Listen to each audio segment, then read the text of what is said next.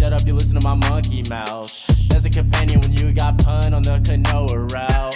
Hopped in a portal and got in a fight, Elias knocked him out. Bow, Naruto fighting style. Bow, UFC he tapped out. Bow, we win, we get crowned. Monkey mouth, monkey mouth, monkey mouth, monkey mouth.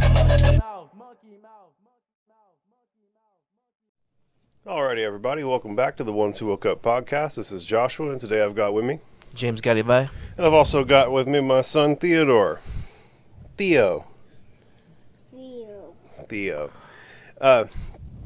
Yeah, so, you know, this is probably going to be everybody who's watching this podcast first time ever being exposed to you, so why don't you give everybody an opportunity to understand who you are, what you have going on, if they do decide to support you online or abroad, how they can go about doing that, real quick. I'm James Garibay. I'm a comedian based out in Austin, Texas. I've been doing comedy for like 4 years. And right now I'm just doing spots. I have Hyenas on October 28th as a Friday night in Fort Worth. Yeah, so you were saying earlier in conversation that you're real big on hitting the road, right? You go and do like all the major spots in Texas. You'll go to Houston, you'll go to San Antonio, you'll go to Dallas, but you're kind of headquartered in Austin. Yeah, I'm headquartered. I like my billing address is like in Cedar Park. Oh, okay, nice. Yeah. So you fancy. Yeah. Good lease. Really good lease. Yeah. Well, Godfathered in. And speaking of being godfathered in, you were talking earlier about how the stripe pattern was reminding you of the Masons, and you were talking about you said you were grandfathered in. What, bridging all those things together? My grandfather was a Mason. Which degree? I have no idea. I know that he was high enough. He was high up. He was the warden of the biggest jail in Houston. Freemasons are in the police department. Unfortunately, they have to be. I don't know the inner workings of it. I know that, but I know that for a matter of fact, like within the way that the Masons work, I'm literally grandfathered in. Like I could go and become a Mason if I wanted to, because find out if the Earth is flat or not. Oh, bro, the Earth is definitely not flat. Apparently, the Freemasons will tell you. Bro, we worked out calculus. You've been to college, right? You've been to college? Yeah. Calculus, bro. We worked out calculus to figure out the movements of the stars and the planets, bro. Like, shit is not fucking flat. Like that was the fucking point of calculus, bro, to like figure out how this shit's moving, and like, yeah, you can calculate with math that this is a heliocentrical model. Yeah. They didn't just dream that shit up, bro. They followed the math to that conclusion. No, there's some sort of truth to that, yeah, for sure. There's some sort of truth to it. Well, no, I'm not, actually, I don't, because I'm not, I know a lot of flat earthers, so I don't like, I always said that I'm not going to die on that hill, so, but I do question, I do question, like, the moon landing, and, you can also just turn his gain down on the second mic. I do question the moon landing.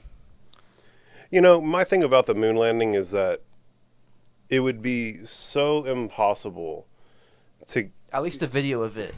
Yeah, the video of it's definitely suspect. I think that's fair, but... And then the way... just the whole... Yeah. Maybe turn it up just right here. Yeah, the video of it, and then we've only got one like 3 times. Well, and it's all very sus, but my thing is I don't believe that you could actually get that many people who were involved in that project to, like, be quiet. Like, if you look, the government... Put it on mute. The government leaks secrets like a sieve. You know what I'm saying? Yeah. So there's just 0% chance that a secret like that would have made it this long. You know what I'm saying? There would be some really good, juicy people who would have came forward and been telling their side of the story. Like, no one's told their side of the story on that yet. You know what I'm saying? That's what keeps getting me. It's all just people pointing at, well, look at this picture and how that's the same picture, and it's like all suspect how they made... Like, it's definitely suspect, but I don't believe that they were able to fake it. Sonny boy, you gonna be quiet? So, one of the things that we like to talk about a bunch on this podcast is psychedelic experiences. Have you ever done any psychedelics at all? No, I've only microdosed once. Yeah? How was that? Well, what did you microdose? Just shrooms. Yeah? Yeah. When was this?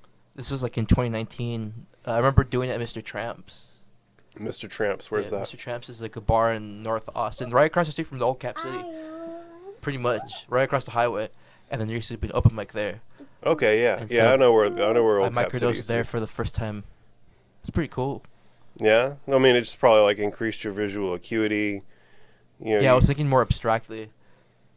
well, they've shown where it changes the chemical pathways that your brain would typically take, right? You have, as it were, paths of least resistance in your brain that you take, and they're the path of least resistance because they're the path that has been traveled the most. You can think of the paths in your brain like trails through a forest, right? Ultimately, all the animals are going to follow the trail because it's the path of least resistance, right? And we're not going to sit here and spend more time or energy subconsciously in our brain calculating than we need to. There's a path of least resistance that we can literally just fall into if we so choose. And so when you take psychedelics, it kind of unwires that, as it were. And you know, if you were looking at life forever and it was a 6, all of a sudden it flips it over and it's a 9, and now you can't necessarily rely on the crystallized information. You're not going to be able to just pass what's happening to you through the filter of your previous experiences because it's new and novel, right? And when it's new and novel, you have to create new solutions for the problems as they're presented to you. And that's one of the unique things that psychedelics is able to do for folks, is help create a more neuroplastic mental environment, because everything's neat and novel and new, and you're having to come up with meaning for it, and you're having to come up with ways to deal with it. Feel me? Yeah, no, I'm a big advocate for them legalizing it, like if they could, cause like even microdosing has like strict like scientific data saying that this can improve humans. Oh, there's so many things that they're showing that are undeniably positive. Kind of like how there's like nootropics that are supposed to be for like narcolepsy or like something, but there used to be like Bradley Cooper in that movie that made him smarter. Limitless, yeah. Yeah, I like it's a funny thing to say to people who've never done a psychedelic, but you can absolutely take these drugs and get smarter. Yeah, I'll drop a Kanye bar. Inside of Miracle is madness. I mean, that's fair. That's always fair. Yeah. I am mad at that. I am mad at that statement. Kanye's a miracle, and he is certainly exhibiting madness Yeah, he's currently. got madness. Which, I don't know. So maybe you can enlighten me as to what's happening with this whole Kanye situation. Apparently there's something happening. I'm so far out of the cultural zeitgeist. Explain what's happening with Kanye like you're explaining it to a 3-year-old. Oh dang, that's complicated. Well, make it simple, because I don't know what the fuck's going on. Like, I don't know who any of these people are, but like, it's gonna be interesting. I'm gonna ask some fun questions. What's up? Kanye is going after the Jews. Oh my God, he's going after the Yeah, Jews. he's going after the Jews. Well, that's not good. Well, I mean, I'm not gonna sit here and say whether that's good or bad, but it's Well, certainly he's not going after the Jews. it's certainly not going to be good for him. He's just going on air on podcasts and saying that the Jews own the media, they own the record labels, they own pretty much every Hollywood studio but Disney, which is like it's not wrong to say that.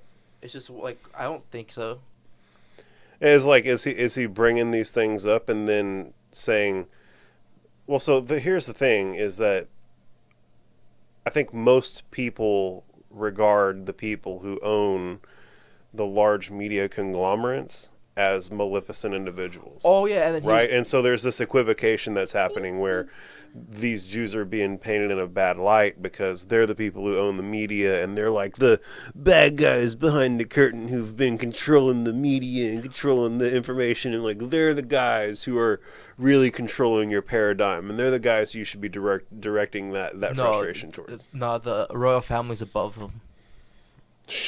In the guide of in the pyramid of the Illuminati, that's how it goes. And then you have the bankers. And above that, you have the medical doctors. You're Could be, yeah. You know, those are the guys who are regarded like the guy who can give you your 12th heart and keep you kicking until you're 116. That's the most valuable man on the planet. That's how they kept medicine a secret for so long. That's why pharmaceutical companies exist. Which, speaking of pharmaceutical companies, there are very few billionaires whose jock I'm prepared to ride, and Mark Cuban is one whose jock I'm prepared to ride. Have you heard about what he's doing in the pharmaceutical space?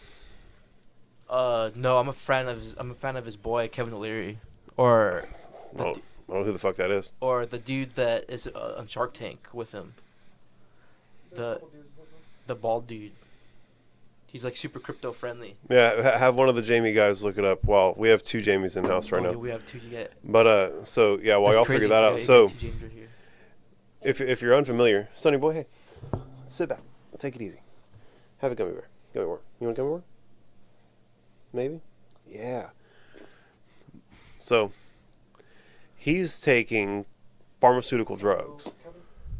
Who? Kevin O'Leary. Kevin O'Leary. Kevin O'Leary. Yeah, that's him. He's a quiet quitting black guy. I don't quite jive with that cat. He's the what?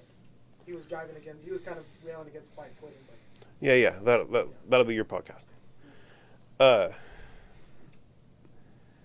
So Mark Cuban is doing a thing where Actually, I was at his place recently, the American Airlines Center. you're at. Oh, okay, his place, like his place of business. Yeah. I was like, damn, this guy is hanging out at Mark Cuban's house. What's up, Well, bro? he owns it, so I mean, yeah, but I thought it was cool because he's like Iron Man of Texas, or like Tony Stark of Texas. he's a fun dude. And again, most billionaires, I'm like, give them the guillotine and let's split what they have up even. But whenever you start doing shit like what I'm trying to describe, you get some like real cool guy brownie points with pun. He's running a pharmaceutical company where basically they're just taking the total cost, like they have an at cost, right? They know how much it costs them to acquire this drug. They mark it up 15%, and that's it. That's it. So they're going straight to the manufacturers, straight to the sources, whatever they need to do so that they can, like, at the end of the day, get the cheapest price on it, right? Like, they're not going to go and get the drugs for $50,000 from the pharmaceutical company. They're going and getting it from the people who are selling it to the pharmaceutical companies to start at a reasonable price, right? Like, he's straight up circumventing the whole deal. And like I saw, there was stuff where $10,000 a month medication you can get for $185 on his website, with a proper prescription. And so, and they don't do any real advertising. That's one of the big things is that they don't work in an advertising budget. That's how they keep the costs low, right? Like, you don't want to start adding in the cost of advertising, and now it's the cost of the medicine plus the cost of advertising plus 15%. No, it's just the cost of medicine plus 15%. So it's up to guys like us to talk about the shit. And That's pretty dope. yeah. And, people who are like getting raked over the coals on their insulin, if anybody's a diabetic, you can go get your insulin from Mark Cuban right now for hellaciously cheaper than what the Pfizers of the world are charging you. Yeah, dude. I'm really into crypto, so I met an investor at Pfizer early on. They bought in when it was like $8. Wow. Oh, they're rich as fuck right now. Yeah. Wow, good for them. Yeah, it's crazy. And I met one dude who started a blockchain company, and I met because I do Uber Eats, so I deliver to these people's houses, and then they're all fascinated that I know as much as I do.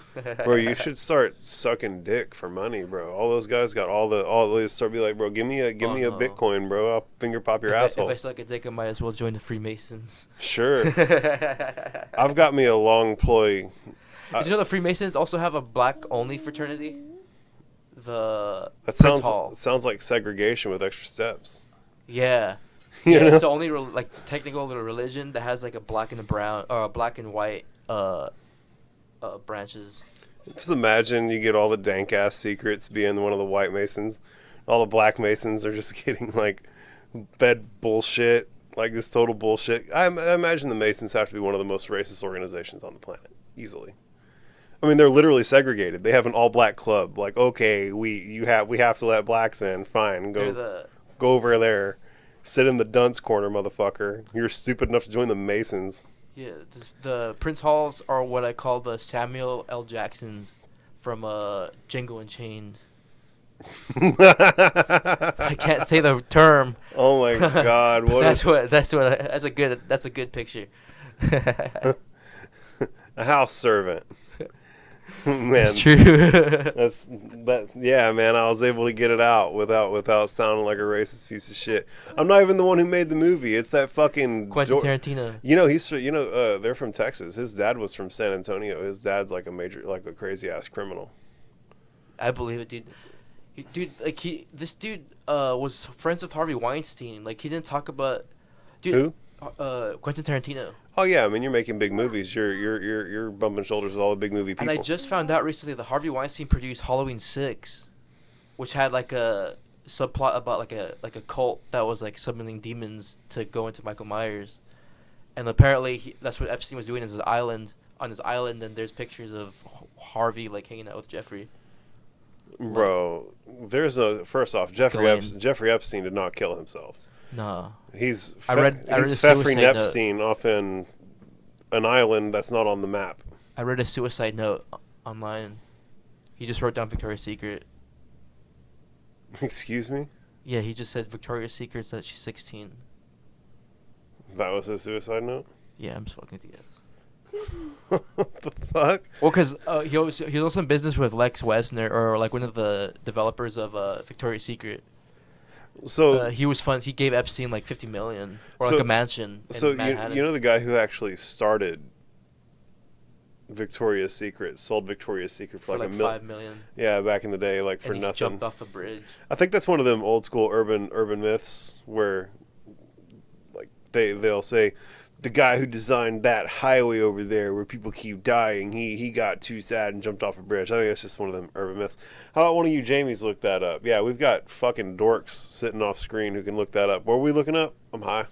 Did Victoria's Secret creator kill himself? Yeah, that'll be an interesting tidbit. He sold it for $5 million, and it's worth like over $100 million. It's a hellacious amount of money. That's insane. Yeah. You know, a guy who's got an interesting story is Paul Mitchell. Like literally the first thing that pops up. Is it fake? Yeah. It's fake? No, it's like literally the first thing that pops up when you Google it. Oh, it's real. Death on August 26, 1993. Damn. Ended his own life on the Golden Gate Bridge.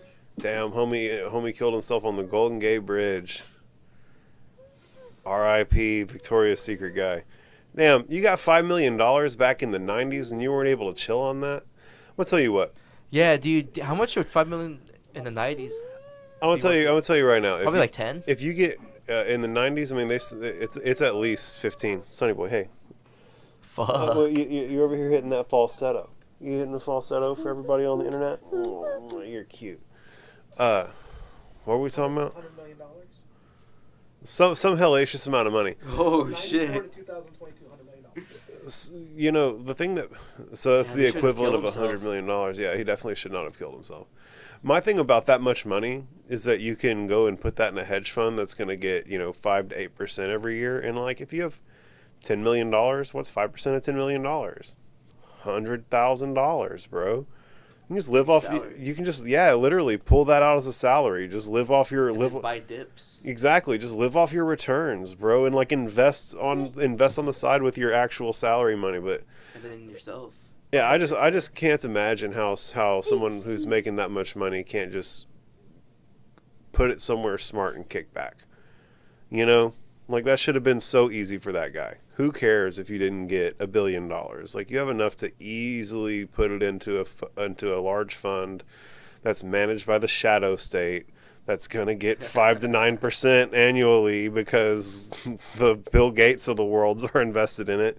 And like you're off to the races. It just, I don't know. Doesn't seem that hard to me. But also investing isn't that hard. I've got a real fun idea that I've tested and has worked. Look at stocks that gain a lot of value overnight, like anomalously. Like say us four all have $1 billion, right? Yeah. And we want to artificially inflate the value of the stock so greatly that whenever opening bell comes up in the morning, we can just sell what we artificially inflated overnight off and get the returns, right? So we all throw in $10 million a piece on some obscure stock, right, overnight, and that raises its value 20% overnight, right? The first thing that's going to happen is everyone's going to try and sell that stock in the morning. And you're going to be the guys who sold it first, and you're going to be the guys who artificially created the inflation in the value. Sonny boy, you used to do here. You want to tell the world about it? Oh. Tell us all about it. But the point is that four rich dudes who have access to infinite money can do cocaine off stripper tits overnight and create artificial value in stocks and create and scrape the cream off the top at opening bell. and Fuck! Imagine how many stock markets are pumped due to coke binges. And so that's what I'm saying, bro. Is literally invest on, bet bearish on the coke binge overnight, bro. They're out doing cocaine and drinking whiskey and fucking crazy strippers, bro, running that shit up. And then in the morning, even if they forget, the people who own the stock before are gonna be like, holy shit, we just went up 20%. We're gonna sell. I promise, bro. You can make 1 to 9% every morning just betting that stocks are going to fall back into an equilibrium price whenever those stockbrokers do that shit overnight. It's literally that simple. I've hit so many times doing that. I just don't have enough fucking money for it to be worth a shit. But at one point, I had dozens of hits in a row doing these bearish bets. I just ain't got enough money for it to really ever make a fuck. But I'm telling you right now, it's simple, bro. It's easy. They're running it up overnight, and the market's gonna find equilibrium in the morning. That's what I want to do with some of my crypto profits is put some money into trading so I could swing trade. That's fun. Yeah, because there's good money to be made in swing trading because it's the same thing, but except it's unfortunate part is 24 hours.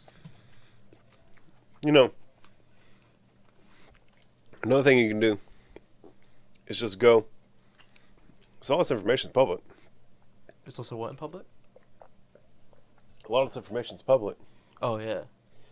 You can go and just make the moves that the senators are making. Yeah. You know, like the senators have literally... Like they pretty much telling us what's going to happen. They're going to ban themselves from owning stock, but they're going to cash out before they do it. Yeah, well, and I mean, even... Is that what they're saying they're going to do now? They're going to... Because as far as I know, they went through and put in litigation that made it to where it's legal for them to insider trade, period. Yeah, we have insider knowledge, but it's because we're politicians, we can't help it, and so we're going to go ahead and keep playing the stock market anyways. And so, if that's what y'all are going to do, like, bro, Nancy Pelosi's husband has a higher hit rate than any hedge fund that's ever been in existence, bro. He don't miss. I think that he literally missed on one big move recently, and they did it as like a PR thing because they started talking about it on, like, people online started really talking about the shit, and they realized that people were watching, and I think that they just had him take an L so that they would throw people and people wouldn't keep following up on it. But I thoroughly believe that you could literally keep making the exact moves that Nancy Pelosi's husband makes in the stock market and ride that to millionairedom. Nancy Pelosi's fake boobs or Pfizer stocks. That's fucking hilarious, bro. Yeah, dude. If they leak, that's liquidation. Oh my god, you're retarded. It's true. 'Cause she's the best stock trader, day trader in history. That's crazy. Well, technically through her husband, or actually through her husband, but by technicality, she's the best trader on the planet. That's insane. But so again, the point is that there are several very simple ways to make money in the stock market, right? Whether it's betting that the market's going to find equilibrium after they go on coke binges overnight, running stocks up, or whether you're just following the trends that the politicians are doing. There's easy stuff that you can do that you do not need to be a rocket scientist to make money in the stock market. Yeah, but you also have to control your emotions because a lot of people can't control their emotions. Well, that's on them. Yeah, you know. Yeah, that's definitely on them. You know, as my... Like, literally, I just showed everybody the way. It's like, hey, guys, these simple things you can do them. And, like, yeah. if people aren't gonna walk the path that's been illuminated in front of them, that's on them. Yeah, dude. Speaking of finances, the story of OJ from Jay-Z is, like, one of the best, like, financial rap songs of all times. Like he's pretty much telling you how to become a millionaire, without like telling you how to become a millionaire. Yeah, Jay-Z's dope. Jay-Z's real dope. One of my favorite things that he said he's doing these days is investing all his money in art. Yeah, the dude, Rich Dad Poor Dad's doing that too. Rich Dad Poor Dad, that guy's a predator. Really? Yeah. Oh, anybody who's made their bones in MLMs, What's MLMs? a multi-level marketing company. Think pyramid schemes. Oh. Yeah, like Amway. Oh, he owned Amway? He doesn't own Amway, but that model, you know how that model works? That's called multi-level marketing. And Rich Dad Poor Dad is a big proponent of MLMs. And yeah, they're like strictly predatory. They're good. They're good for the guys who are selling you the $1,000 packet. You know, it's about it though. Yeah. He's not telling the truth about other cryptos. He's just shilling Bitcoin. Who? The Rich Dad Poor Dad. Oh, I don't know nothing about none of that. I just know that at one point I was. I see where when you said that, I see where you're coming from. I was asked by a friend, because I say a friend and an acquaintance. He also had he also did interviews with Trump back in the day. Yeah, that was one of the. I read one of his books because I had a friend who had this other friend who was going to school at UT with a scholarship and was a very bright individual, and they knew I was in business for myself, and they kept trying to have me do this business stuff with them, and I finally agreed, and they're like, well, I want you to read this book. I'm like, well, I'm the one with business experience. Why do I need to read a book to meet with you? You know, what the fuck? But I went ahead and did it. And it was one of them Rich Dad Poor Dad books, and it all was basically a big funnel to get me to sell Amway, literally. And yeah, so that put a real bad taste in my mouth with the Rich Dad Poor Dad guy. Oh, I can see that. Yeah. Anybody ever try to get you in a pyramid like that? Just those Verve energy drink people. See, Verve energy drink. That is literally. Oh, what? Take that, please.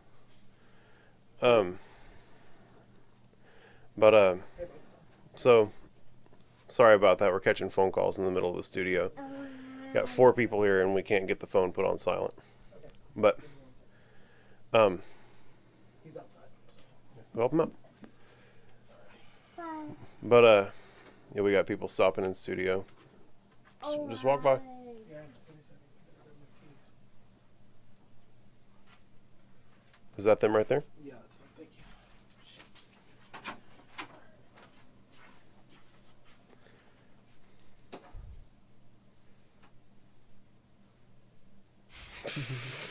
Bitch. Tell them about it, Theo. Tell them all about it. So, what are your plans for the future? You're right. I know you're doing comedy right now. What are you with Perfect World 3 years from now, 4 years from now? What does success look like for you, and how are you planning on getting there? Oh man, I think we're about to hit a financial depression, or some sort of recession, that was man-made. So I'm like, if there's a housing crash, and I think that the banks are gonna bail. There's gonna be a bailout. They're gonna put money into the crypto market. That's what I think, and to avoid a complete total collapse of the financial system, because of the amount of debt we're in. It's coming to a pop. Well, so I want you to understand that when you say the amount of debt that we're in, you mean the American government. Yeah, the American And government. the American government, over 70% of that debt is to you and me. Yeah. So what does that mean? They're probably going to put everybody on universal basic income or something crazy like that. Well, we need to put the government on a universal basic income. We're the ones who have the actual equity. We're the bank. When? You realize that, right? We're the bank. Yeah, we're we're the bank. we are the bank. We're the people who the government owes the money to. And so why would we have to get finagled because the government's been acting ass? Oh, because... I'm just asking you. You're saying that we're going to have to go on a universal basic income because these guys been fucking up. Well, what? Why does that make sense? Sorry, I should have... I'm just going into conspiracy theories right now. But, no, in the perfect world, I would definitely want to buy real estate. I'm hoping there's a housing crash though, for me to buy low. Yeah, well, I mean, that's definitely coming. That's got to be coming, right? Like it's been nothing but on the pop for a hot minute now.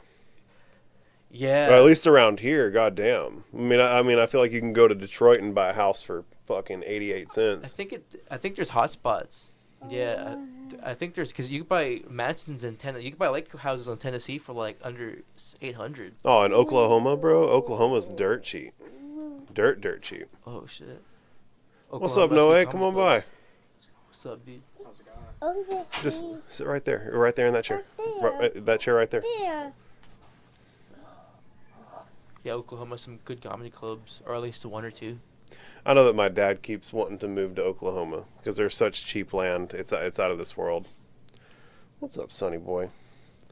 But so you said you've never had any big dope psychedelic experiences or anything like that, right? No, I've just done edibles. You've just done edibles. Yeah. Dude, you can have a damn near psychedelic experience. One of the guys who was in here last time, Gage Moreau. Are you familiar with this character? He's a friend of Austin Apostles. Kind of sounds familiar. So you may be like generally acquainted. He was saying that he took a big fat dose of edibles and literally had like a psychedelic experience on those edibles. Yeah, I think you could have a lot of psychedelic experiences on edibles. I think you can have psychedelic experiences just meditating. What you took too big edible and had a hard time? One. I haven't been quite there yet, but close to being there. I did take like 150 milligrams at Disneyland, and that was like a total mind fuck. That's how I went into the Disney's evil conspiracies. Oh yeah. Just off an edible. Well, I mean, Disney very likely is. Yo, yeah. Because at the time, I took an edible, and I was like, yeah, Disney's working with the government to see how they can trap humans. It's like, how do we make a big gateless And then, gate? like, 2 years later, I found out that the CIA helped Disney purchase land in Florida. I'm like, fuck. Yeah, bro. It runs deep. That might be a good bit, now that I think about it. Yeah. But how long we been podcasting for? Oh, right at 31. 30 minutes. Shit, I got a kiddo in my hands. Shit's been crazy. We can call that a wrap on this one. We've got a long night of podcasting going though, man. You think you might get an SUIL in? We'll see. I've got Noe over here. We're gonna be getting in an armchair. I've got my kiddo here, so he's got extra pizzazz on everything. Dude, thank you so much for coming in again. Why don't you give everybody on the camera one last opportunity to understand, who you are, where they can support you online, what your like social media tags are, shit like that. All right, cool. Sorry, we took a dab before coming on. We took several dabs. Yeah, before we coming took on. several dabs before coming on. But It's like I don't know who I am. I don't know where to find myself. no, you can find me on Instagram at Mexican Elon Musk for sure. But I remember that one for sure. That Yeah. Mexican Elon Musk. That's hard to forget. yeah, yeah, I didn't mean to go too conspiracy minded, but Oh, bro, we can talk about all the conspiracies. I don't give a fuck, yeah, bro. but Bitcoin. 9/11 was an inside job, bro. Oh, absolutely, dude. Oh yeah, we could talk about 2.5 Men real quick. Remember when we came in? Oh yeah, fuck yeah, dude. Dude? Tell me about your 2.5 Men conspiracy. Well- Sorry, guys. I know I said that we were It- gonna call it, but we got Alright. time for 2.5 Men conspiracy. Well, I like talking to this guy too and hanging out with him because his dad's a Freemason. I know all sorts of things about My Freemason. grandpa's a Freemason. Your grandpa's a Freemason. Well, my grandpa's also dead now too, so He he was a Freemason. so that got me into that tangent of talking about conspiracies. But no, we're just talking about Austin and how it's changed a lot throughout the years. Because we're talking about Hollywood and how it's sort of coming. And your boy was talking about how the kid from 2.5 Men. I was saying how that kid was born here in Austin, and you were saying how he went off the rails. Just like Charlie Sheen, and I was like, maybe he got like maybe there's a conspiracy between why Charlie went off the rails and why, because he got AIDS. He says that the reason why he went crazy was because he got AIDS, but then the kid went off the rails. So like, do you think Charlie Sheen gave him AIDS too, or something like? Or I mean, like, it's very possible. and Right? Corey, cause I don't say that frivolously, because Corey Feldman put out a documentary saying that Charlie Sheen like raped him as a kid. Fuck. And him and Corey What? Haim. Yeah, it's called Corey, the truth of two Corey's rapes or something like that. Oh my god. What And the so fuck? he says that Charlie Sheen raped him and Corey Haim on the sets of their movies. And so that kid went off the rails too. That's on 2.5 Men. So I'm like, I wonder if there's a correlation. Damn, I mean, you don't necessarily want to confuse correlation with causality, but any trained investigator knows not to believe in coincidence. Yeah. But yeah, I guess I am a conspiracy theorist. It's okay, dude. Like I said, my mom was on the first airplane to the Middle East after the 9/11 happened. She was in the Army at the time, and I thoroughly, in my heart of hearts, believe that 9/11 was an inside job. I mean, I'm a physics major, bro. They said it was a pancake. They said it was a pancake, and when the building's pancaking, it experiences progressive resistance. That means that it's going to fall slower and slower and slower the longer it falls. Not accelerate downwards. It's just common fucking sense. Oh yeah, that's true. But also, like I don't know, like throughout the decades, there is like measurable evidence suggesting that they were doing predictive programming, because like there's a lot of cartoons that involve the World Trade Center collapsing or being blown up, or there's like a lot of album art with like the two towers. I mean, come on, blow up like the World Trade, Born Center, the opposite and then of a winner. Prince was like 1998, around that time, was saying Osama bin Laden's gonna blow us up or something. I mean, come on. Oh, Osama bin Laden's got the bomb. I mean, come on, Andre 3 Stacks bombs over Baghdad. Yeah, and Come then on. fuck, I forgot who it was. He had an album cover that had no, that wasn't. It wasn't the World Trade Center. But there are album covers of like two towers. Like Breakfast in America by Supertramp. You know what's crazier than that is that Building 7, the one that collapsed due to an office fire. If you watch you watch the footage of it falling, it literally kinks in the middle and goes straight down, just like any controlled demolition you've ever seen. It's like, bro, a building doesn't free fall to the ground to rubble because there was an office fire. It's just not, like, come on. How big of fools you got to take us for? I think there's been over 3,000 physicists that have come together and all said that was bullshit. Why would the entire building collapse after an airplane? I'm going to tell you right now, there have been several instances where lesser buildings have been smacked and they just burnt and burnt and burnt and burnt and burnt until the top literally toppled over. But you don't get I mean, again, they don't collapse straight down. They've got big steel beams. They've got skeletons. They don't just all fall. And even if it wasn't, and even if it was I'm gonna tell you right now, like, it was 3,000 degrees, bro. There were people poking their heads out, like, of the hole in the building, right? Like, it's not like it was just a continuous flame of 3,000 degrees. It was a flash one time, and yeah, no, it's full of shit. If it's a pancake, every time that building hits the next floor, it experiences new resistance. Okay? That means you're experiencing an increasing progressive resistance the further it falls. And when you're experiencing an increasing progressive resistance, you're going to decelerate. You're going to fall slower and slower and slower every floor you hit. And it just accelerated. It just kept going faster and faster. Them floors, I'm going to tell you right now, if the official story is that it was a pancake, they're lying.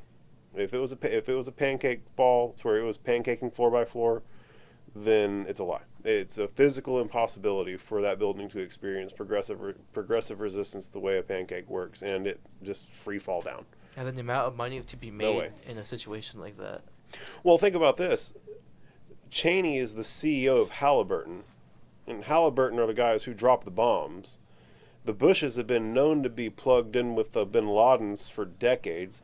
Guess who gets the contract to build the infrastructure after the Halliburton bombs destroyed the infrastructure? The Bin Laden Construction Company. Okay? There was billions of dollars got made between a few cronies, and yeah, it was a big lick got hit that day, boys. Yeah, Bush did 9/11 for sure. I don't even know. Bush might have just been a puppet in the whole scheme. He's definitely a puppet. There's somebody that owns him. That's what I learned about politics. My thing is, I don't even know if the president gets a seat at the table. I don't even know if the He's president. just there for the TV. I think he's literally just a puppet. I think he's literally just a blunt force instrument in the hand of the people who actually run the world. And I think that when you become president, they give you like a set of roles and responsibilities. But when like push comes to shove, there's guys above him who come in and say, this is what's happening. And he either gets with it or gets Kennedy. Yeah, because there's no way, even as a president of the United States, you can have a say over the financial system, or who's bombing who, all these things at the same time. There's just no way you could handle one person can be that.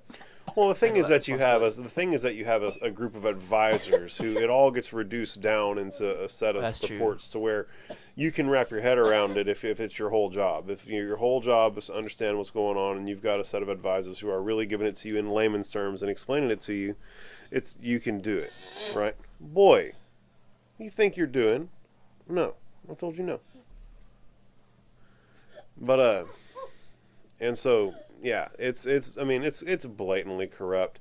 Our elections run at a rate that's would be considered blatantly corrupt at the international level, like the exit polls versus the actual results, right? If another country were having discrepancies that were similar to the discrepancies that the American electoral process had, we would go to the UN and go, that country that's having the same results that we're having is clearly circumventing the democratic process, and we need to go deliver justice and democracy to them, right? If we were to, if the UN passed the same filter over us that we passed to the rest of the world, we would be considered corrupt at the international level, and that's just a fact. And so, to say that shit isn't corrupt is insane. But the first thing they teach you in economics is that people respond to incentive, and the greatest incentive in capitalism is capital. And so they're just buying our politicians. I mean, why does the guy who runs Shell make 10 to 15 times what the guy who runs the government makes? Like, the president makes $250,000 a year, and the guy who runs Shell makes $40 million a year. Who do you think really has a harder job? Like, I feel like our politicians ought to be getting paid, and maybe then they wouldn't be, following the dollar. It's very simple. They're just following the dollar. I guess so, yeah. We got a big old view of the back of my son's head, the old beanhead. But at any rate, I feel like that's a perfectly fine place to end the podcast, man. Yeah, we got to bullshit about some conspiracies. It's been a real fun convo, man. Honestly, I wish we had more time. This is my first time podcasting too. Oh, really? I'm your Yeah. first podcast? Yeah, a video Whoa. podcast. Dope. That's cool. Well, I'm sorry that it was so hectic, man. Today, I mean, there's been some extenuating family circumstances that led to Theo being in studio, and there's just a lot going on today, and so usually it's not quite so hectic, and so I'm sorry that it wasn't as chill as it could have been, but all things considered, man, I think you've been able to enjoy yourself. We've been Dude, definitely, man. hitting dabs, drinking drinks, and having snacks and kicking it, and Your boys are cool. Your boy looks like a Russian mob henchman. He could definitely pull that off. We need to get him to some movie sets down in Austin. They start getting some money for that look. But so James, give him your handle and all one last time. How to find you, who you are. Mexican Elon Musk. Mexican Elon I'll be Musk. at Hyenas in Fort Worth on October 28th with Ryan Joseph and Francisco Rincon. Coming up. And I'm going to Disney World the first week of November, so I don't got anything else other than that. Fuck yeah, bro. Well, you enjoy your sets, and you enjoy your little vacation. Yeah. And thank you so much for coming in, and everybody again, thank y'all for tuning in. We'll catch you guys on the next one. Peace. Thanks, guys. Peace out. Monkey mouth, monkey mouth, monkey mouth, monkey mouth.